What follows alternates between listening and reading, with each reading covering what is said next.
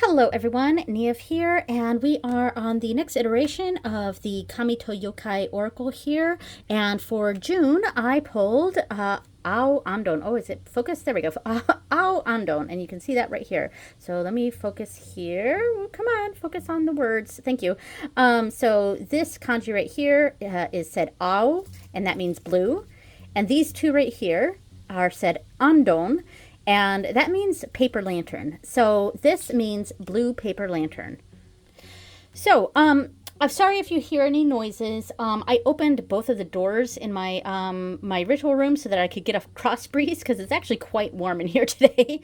So I have there's two doors in my ritual room, one on either side, and they both go outside. So I opened both of them so that I could get a nice cross breeze. So you might be hearing some leaves rustling or my dog going in and out. But anyway, Ao Andon is quite a gruesome yokai here. This is a scary one. So last month we had quite an auspicious yokai show up. That was the one having to do with the sunniness, sun, all of that. This one is much more spooky and really loves like scary tales and ghost stories and things like that.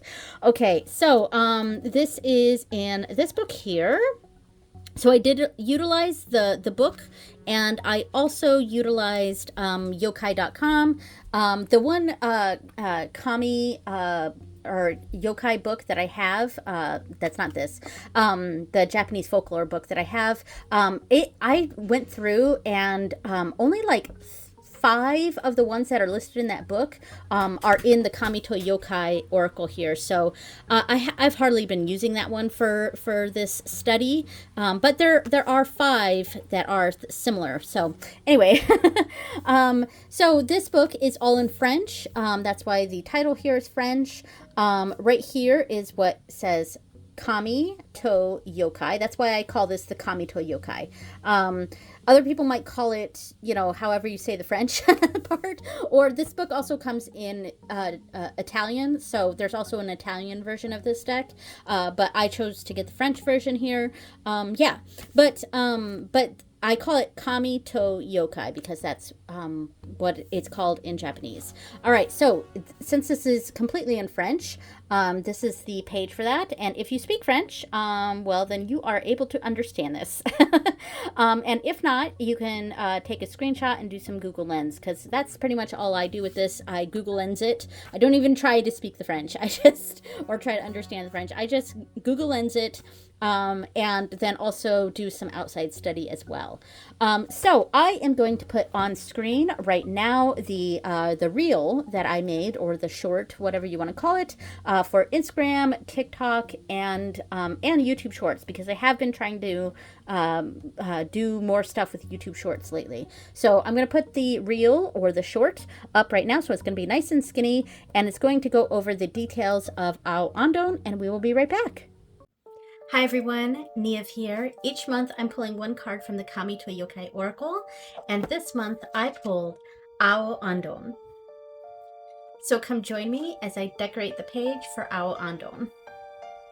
Ao Andon means blue paper lantern, referencing this yokai's skin and the blue light emitted by the lantern she carries. This yokai is the physical manifestation of human fears. She appears when a group of people are elevated in fear and anxiety, when they're talking about their fears, gossiping, telling ghost stories, and reaching an emotionally heightened state. She appears from the smoke of the last candle that has been snuffed out.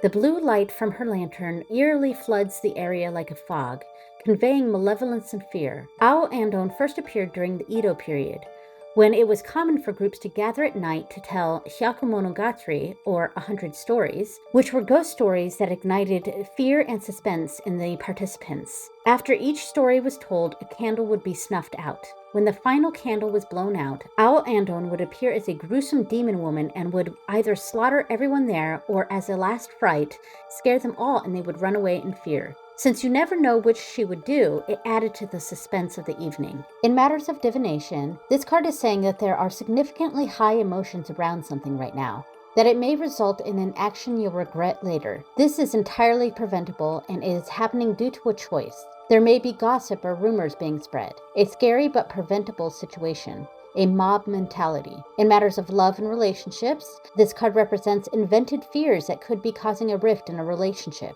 This could be gossip and rumors. In matters of occupation and education, there's heightened anxiety and fear at work or school. Try not to let this get to you. Over-worrying will cause more problems than solutions. For spiritual matters, some negative energies may have been formed, which may attract more negative energies or spirits. Do a cleansing and clearing ritual, and some meditations to clear your mind. There may be a malevolent spirit in your vicinity. It will leave. Do not give it your energy.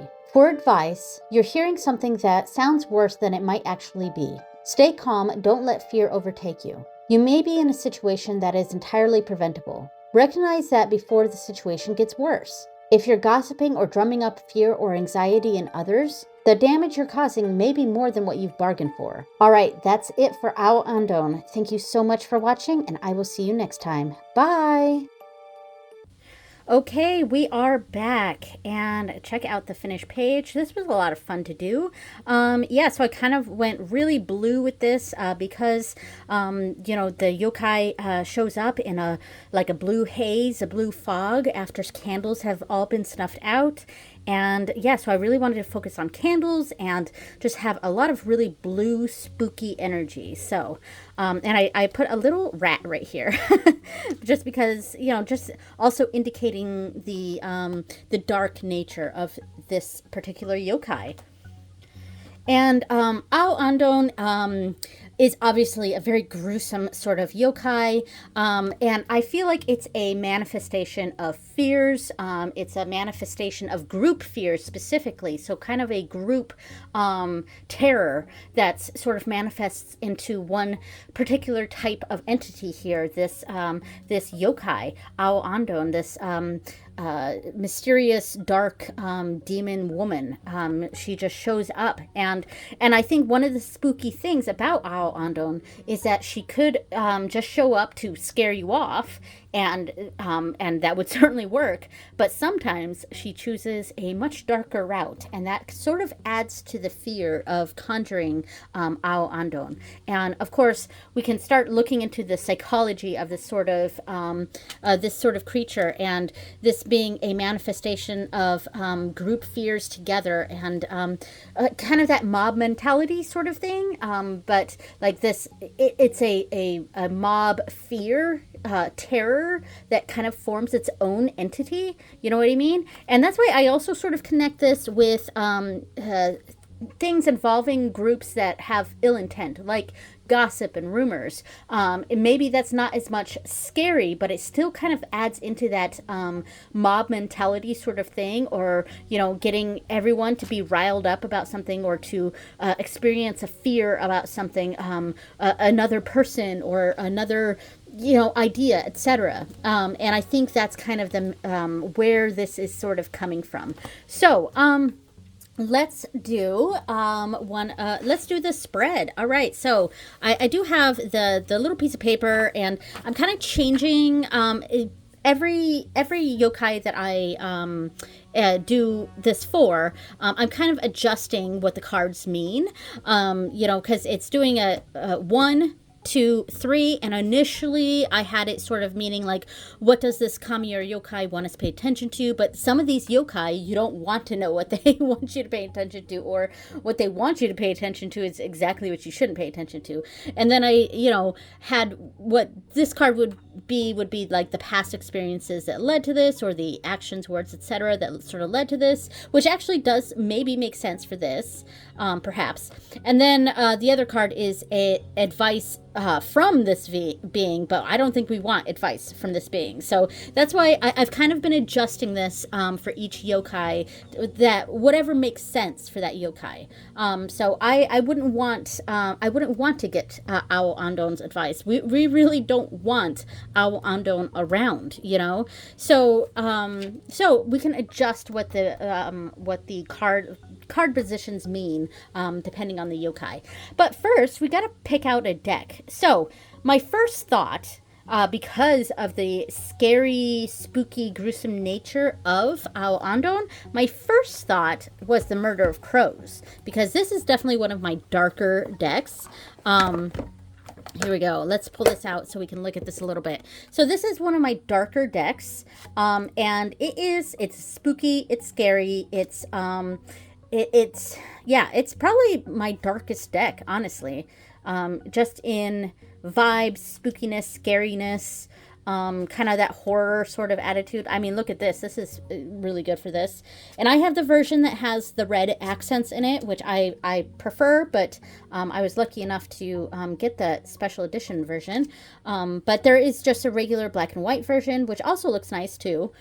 Yeah, but this is, it definitely has that spooky scariness.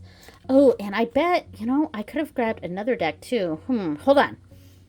This one also would be a pretty good one too, the Somnia Tarot, because this is also kind of scary and spooky. I said scary and spooky.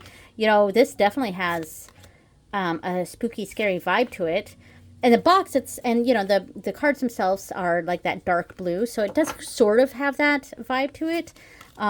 This has no blue whatsoever. The Murder of Crows, it has no blue whatsoever. And that's the main reason why I don't think I'm going to go with the Murder of Crows.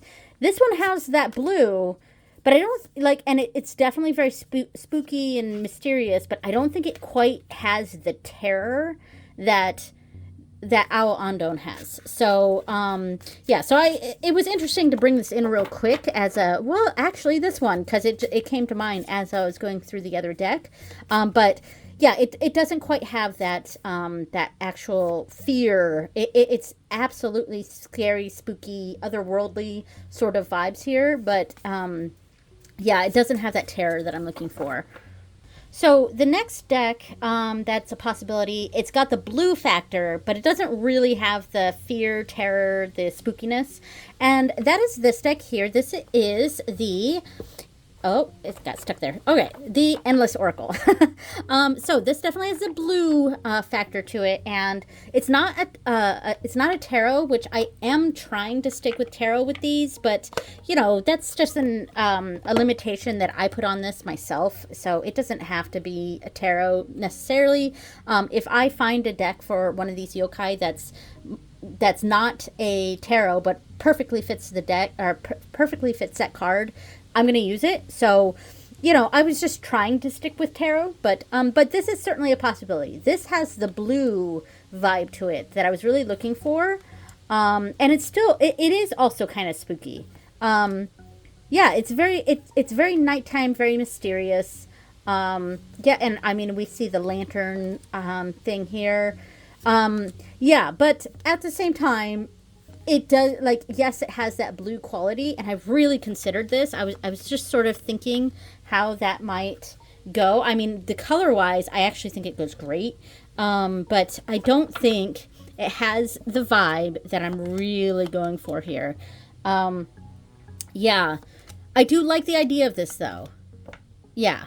All right, so the other option, I think this will be the winner, the next one.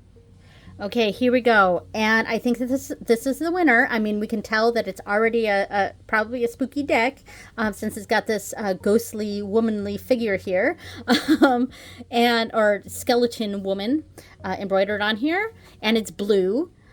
And that is the Ghosts and Spirits Tarot. So it's a tarot. It's ghosts, it's spirits, it's spooky and scary. And it's it's largely blue.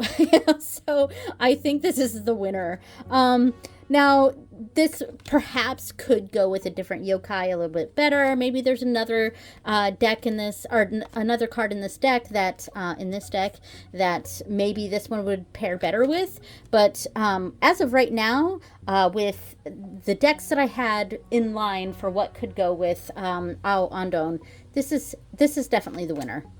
So yeah, and it's scary, it's spooky, it's, you know, some of these are good spirits, some of them are bad spirits, or, you know, negative spirits, however you want to refer to them as, and it's definitely got that eerie quality to it. So, and not all the cards are blue, but it definitely has a strong blue vibe.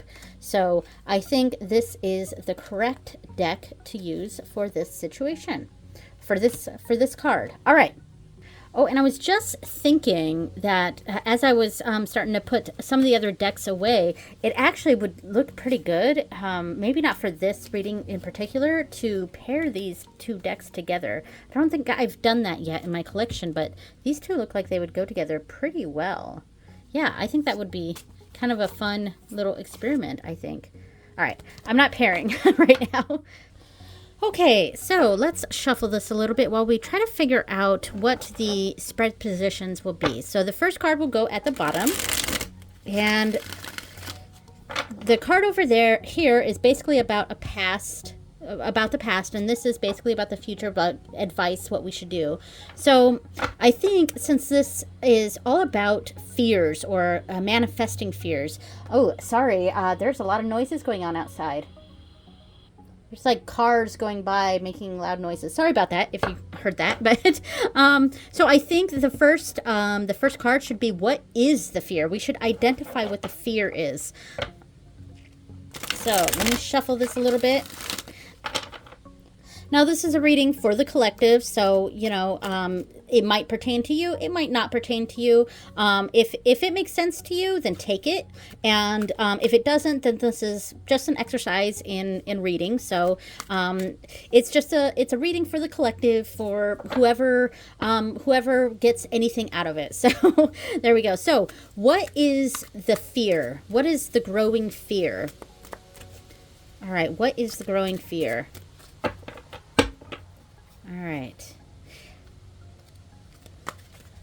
Let's see. We have the Four of Swords. Ooh, a restlessness. Let me move this up a little bit so we're right there, I think. Okay, so what is the fear? Restlessness, I think. You know, this Four of Swords, I mean, it is a card of rest. And let's see what the ghost story is. Let's learn about whatever this ghost story is that's being depicted on this Four of Swords. Let's see. Wands, swords. All right, 2, 3, 4. Four of Swords. Okay. Kuei. Kuei are Chinese demon ghosts who had been denied entry into the spirit realm for a variety of reasons. They wander aimlessly, wreaking havoc, spreading misfortune, and instilling fear among the living. I mean, you know, that seems to fit for this situation here. Offerings were made and protective measures were taken to ward off these evil spirits and to ensure peace in the land of mortals. The ghost is... The ghost is inconspicuous within the camouflage of its frosty surroundings. Ooh, so it's barely visible. Its wraith-like appearance, which is very similar to Andon here, symbolizes the quiet energy that has permeated the physical plane. The snow-dusted trees reflect the stillness between stormy activities, but just beneath the surface, illuminated swords can be discerned, a reminder that stasis is temporary. Divinatory meaning, a period of rest and recovery will follow a turbulent period. So perhaps, with the Four of Swords, it's a card of rest. So the growing fear is a restlessness of perhaps not feeling like you're not doing enough. Perhaps feeling like you're maybe even too lazy, or there's this fear of not doing enough. And I think that's more where my mind is going at with this. What is the fear? The fear being the Four of Swords. It is that sort of or like disappearing from sight, because the Four of Swords is separating themselves from society a little bit to rest, and that can be a good thing sometimes. But if this is the fear is to be too separate, perhaps that's what's going on. We're kind of dissipating into the background, and maybe being too restless here. So that's the fear, the growing fear that's happening right now, that disappearing, that being restless. So what in the past is relevant to this? What's affecting this from our past situations? All right, let's see. We have the Two of Swords. Okay, indecision.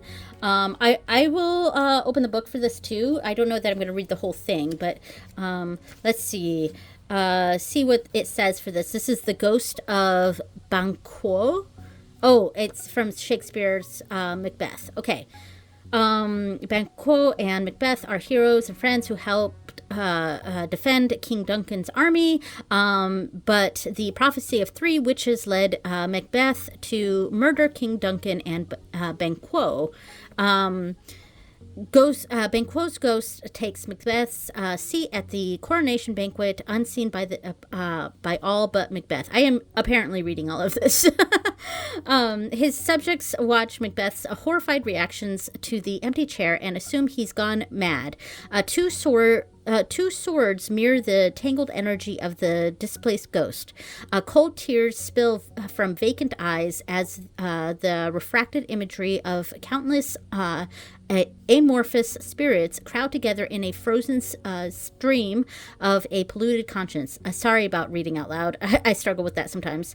So the divinatory meaning that it gives for the Two of Swords here: you may be at an impasse, unable to break the stalemate that is paralyzing you. And I mean, yeah, so like that's because that's what happened here. All right, so there's a lack of movement going on that we are concerned about. There's a lack of movement, a lack of progress, a lack of doing things. And so that restlessness, that disappearing is the fear. And it came from an indecision of not really being able to make a choice. And so that's where that fear came from. All right, so what do we need to do about it so we don't summon our Andon, so we don't make this fear come alive? So what do we need to do about it? All right, so this is King of Swords. Oh my gosh, all swords. So King of Swords, I mean, we are definitely rising above this for sure. And this looks like it makes me think of, what am I thinking of? That ghost story. Yeah, the Headless Horseman is literally what I was trying to think of.